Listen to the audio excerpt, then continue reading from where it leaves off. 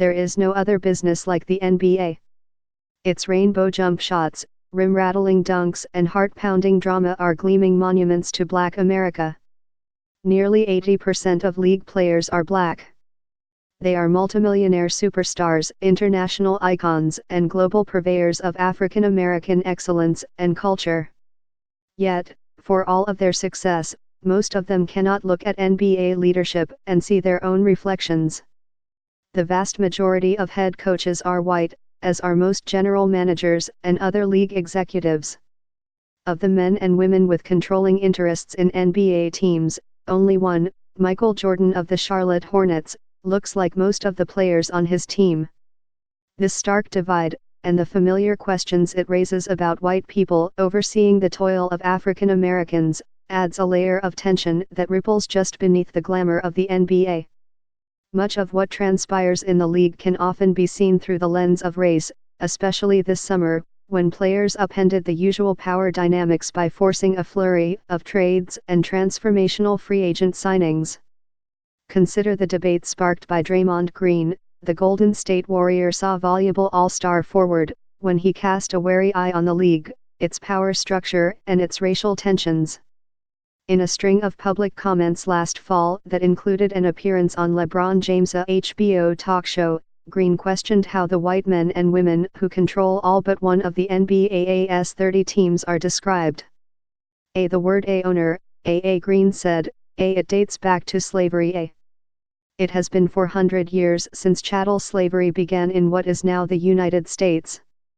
But Green suggested that the lexicon of 1619 with African slaves and white owners, with people as currency should be reworked when it comes to a business with the NBA's racial dynamic. His remedy? Maybe use the word chairman instead. The league was already steering away from owner, though no official edict has been issued, and Commissioner Adam Silver has said he's fine with the word when it's used in careful context. At NBA headquarters, officials use governor as often as possible.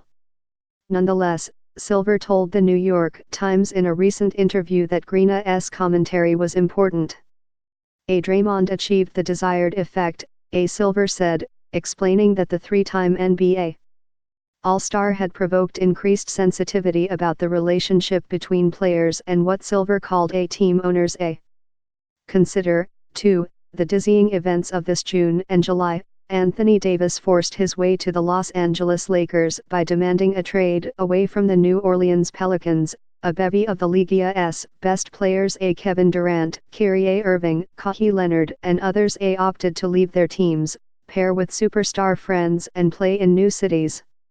Last summer, LeBron James left the Cleveland Cavaliers to join the Lakers.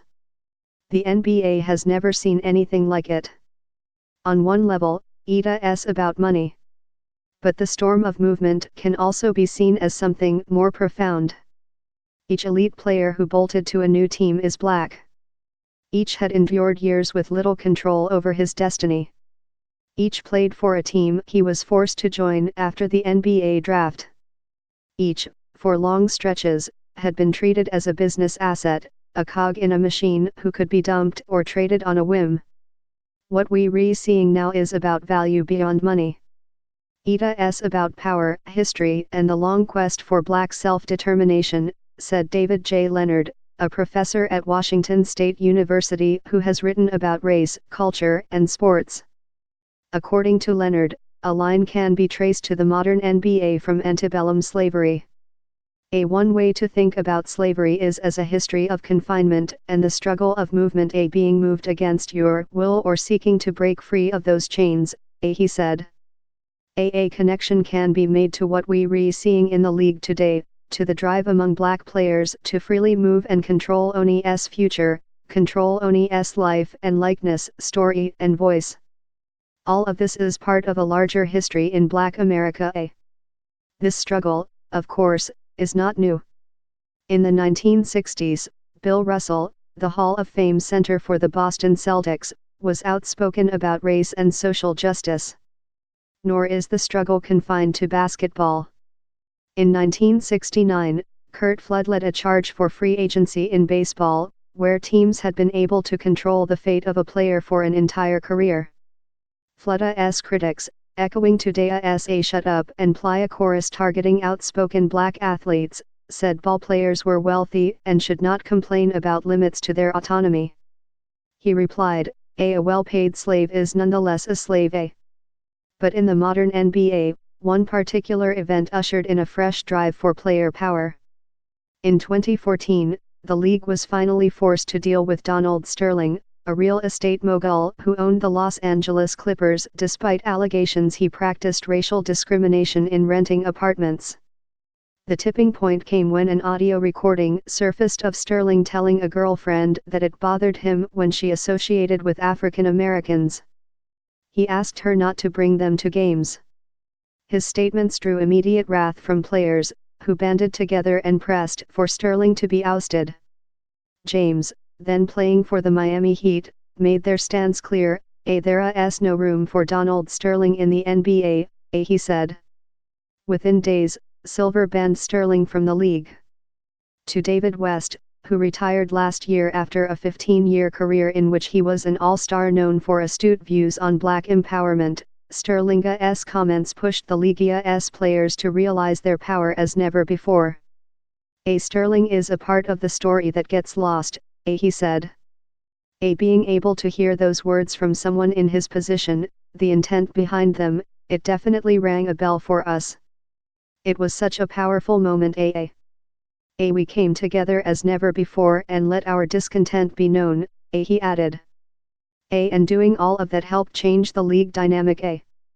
The NBA, post-Sterling, is a different place. Gone are the days when Jordan, or Magic Johnson, or Kobe Bryant towed the corporate line during the peak of their careers.